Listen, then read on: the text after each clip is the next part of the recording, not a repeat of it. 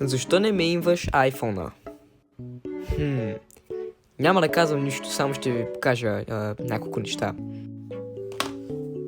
Това момента тук на екраните ви е 5 годишен бюджетен Samsung телефон, който има инсталиран Custom ROM, който му позволява да върви най-новата версия на Android, който има за Samsung-ите, без реално официално да го поддържа. Първо нещо, което iPhone никога няма да може да направи. Ето още нещо, което iPhone никога няма да може да направи. Отваряме си менюто, задържаме ето тук. Правим така. След което избираме някое друго приложение, което сме отворили, например настройките.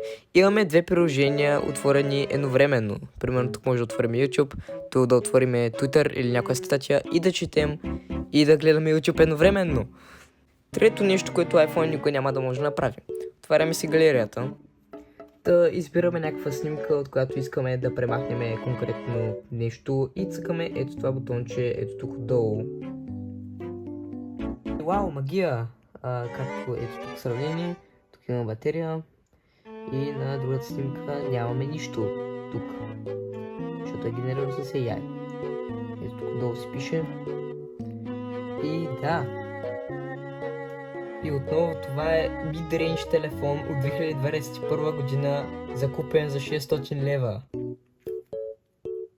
И можете да правите всички тези неща благодарение на Android, понеже Android само по себе си е операционна система, базирана на Linux.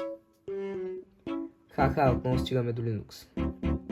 И това е само част от нещата, които може да правите с един най-обикновен Android телефон. Отново демонстрирам го с телефон, който е евтин и който вече е стар.